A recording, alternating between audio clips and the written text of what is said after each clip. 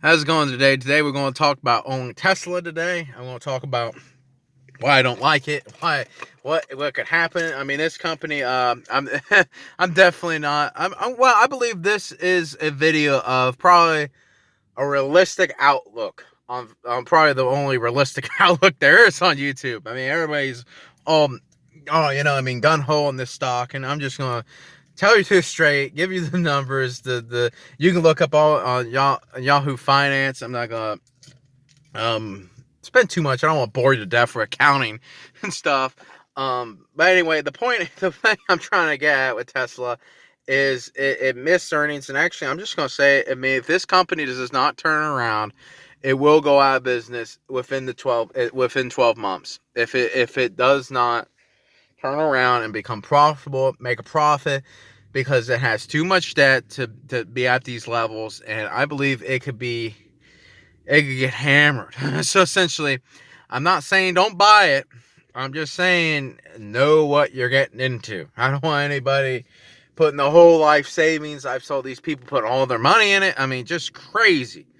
Maybe they're trading, maybe they're doing something, but it's just crazy. I mean, this business could go straight out of business in 12 months, because basically what you do to really, what I consider the financial health of the business, is basically take the current assets and you take out, then you subtract the current liabilities. But current assets also include inventory, so that's their cars and stuff. So essentially you subtract the current, all of that, and if the business does not have cash flow, that means it's not going to have any cash to pay back them debts. So essentially, and it has two options it can do at that point. Uh, basically balls to the wall, trying to become profitable, or take out even more risk, take out even more loans to pay off them loans. So essentially, and then even higher interest rates, even higher things. So essentially, that's what happens. You take all the current assets, minus out the inventory, because the inventory will be counted as current assets, and then you take the current liabilities, and if them numbers are less, and if it comes a negative number, that means basically at the current state that it doesn't have enough cash in it to pay for them current liabilities. Current liabilities is that basically liabilities that have to be paid within a year. So essentially, within a year, it has to pay them it has to pay them back. You know what I mean? They can, and basically, if they can't, that's basically bankruptcy. That's what bankruptcy is. It's when you can't pay back your debts, and there's multiple forms. There's Chapter 11. There's Chapter 13. There's some, I mean, they could try to reconstruct it or just say hell with it. You know what I mean? That's what happened to Ford, and the government kind of stepped in to create jobs, but that's financial crisis. So essentially, Tesla could easily go out of business within 12 months if it doesn't turn around. Now, that's just the facts. I mean, I'm not saying it will. I'm not saying it will. I'm not saying Elon Musk cannot turn the ship around and become a very profitable company. I'm not saying that.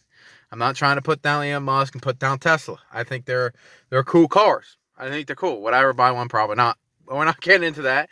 I think they're cool cars, and I think what he's doing is very revolutionary, and it's a noble cause, and I like what they're doing. But when you get down with the numbers, and that's what you have to do as an investor, is look at the numbers, and it just doesn't look good for them. Especially if they do not turn around, they will go out of business. And simple as that. Especially, and now everybody's saying a recession in 2020, and God forbid if there was a recession, because these stocks and these car companies are very cyclical. Basically, what that means is every single cycle, there's economic cycles. Basically, there's a growth period, then basically a recession. I mean, you look at S&P charts, and you can see a recession. I mean, it happens every 10 years or whenever it happens. God only knows when the next one is. But if there was ever a recession, I believe Tesla could easily go out of business in that recession if they don't turn a profit.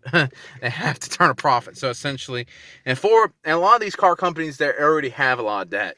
So essentially, like Ford has a lot of debt, but they have ways they can cut it too. They have free cash flow. They have a dividend that they can cut and then pay off the debts, and that's what happens. So essentially, that's why you have to look at the balance sheet, because that's basically, what I mean, and really the cash flow statement. That's really what you have to look at. I mean, if it doesn't have free cash flow, which you can look up the total operating expenses, total operating income, and then minus the capital expenditures, and that's basically your free cash flow. So essentially, they or one way to calculate. I mean, there's a lot of ways, and there's this ways, but that's just kind of the quick way to do it.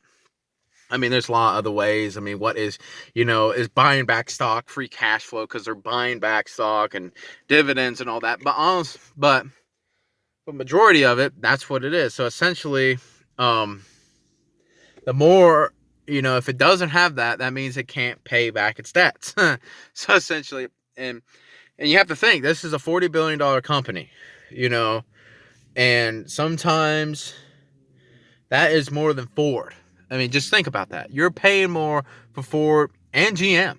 I mean, they're the biggest companies when it comes to cars. I mean, just look around. Being a consumer as an investor, and just look around what everybody's buying. You know what I mean? What everybody's driving, they buy Fords or GM products, Chevy. You know what I mean? Stuff like that. So essentially, that's what people usually buy. So essentially, I'm not saying Tesla's junk or whatever. I only seen maybe one or two Teslas driving around, but maybe it's where I'm at. But bottom line is, you know what I mean? You just have to kind of think, and I would never go all in on a stock that might go bankrupt. I mean, especially at these valuations, I mean, the stock could get hit even more. I mean, especially with that big loss. I mean, that's I'm saying? I'm not, especially because I can understand a company being a loss. And sometimes there's accounting things that a loss is not really a loss, and it can actually have negative earnings, but free cash flow. So essentially, it's not really that big of a thing. But when you have negative earnings and negative cash flow, and a lot of debt, you can easily go out of business. That's how you go out of business. You want to go out of business, have negative cash flow, negative earnings, and a lot of debt, coming up. That basically, it's just kind of common sense with some of this stuff. I mean, so essentially, I'm not saying I would not buy it, but just kind of think. I hope sit back and really think. Maybe this opened your mind. Maybe you could look it up. Maybe you just get better at counting and stuff, and that's really a perfect skill. If you're going to consider yourself a long-term investor, please take an accounting course. Please go online. There's plenty of them. I can leave links down in the descriptions to help you guys out. There's free of them with Khan Academy and all that stuff that has free accounting. I can leave a description for books I recommend on accounting. And you have to learn accounting and finance to be an investor. You have to know the numbers. You know what I mean? So essentially, or you will lose money. I mean, and you can't, because then really, if you don't know the numbers and you don't know balance sheets and cash flow statements, really what you're doing is you're just listening to anybody. You listen to me. You know what I mean? And maybe I missed something. You can write down in the description if you're better at this and that. I'm not saying I'm an expert, but you don't have to be a total expert. You don't have to be certified and work for a corporate office, big CEO, at a business. But you know what I mean? You have to at least know the ins and outs of it. So essentially, if that's too much work for you, just buy an index fund. You could do better anyway. You don't have to worry about it if you don't like it, and that's just how it is. So essentially, but I believe Tesla, if it was one person that could turn it around, I believe it would be Elon Musk. I think he's very capable. I think it's a great product. People love it. I hear all the time people give great reviews about Tesla. They love their Teslas. So hopefully they can turn around. Hopefully they can. I hate for them to go out of business. It's not like I'm shorting the stock or anything. I've never bought it, but I believe it's definitely, hopefully they can turn it around. Hopefully they can turn it around. I'm not saying they are. I believe at this stage, maybe you're just kind of gambling at the point. I haven't bought it. I'm not big into car companies anyway. I don't like Ford. I don't own Ford or GM. I really look for kind of growth expectations. I'm more of an Amazon and Alphabet growth investor. Shopify is on the list, Trade Desk and Twilio and stuff like that. And some of them companies are unprofitable. Cybersecurity, cloud computing, Salesforce was one of the one, Adobe, stuff like that. Visa, MasterCard. I'm really into them type of companies. So essentially, Tesla's car maker, and I don't have actually any of them companies in my portfolio at all, actually. So essentially, and I don't really think I'm going to add, because here's the thing. Here's the realistic thing where you have to look at, because you can buy Tesla or you can buy MasterCard. What would you rather buy? A company that might go bankrupt or a company that could probably keep going, or buy the index that probably won't go down, or some company go bankrupt.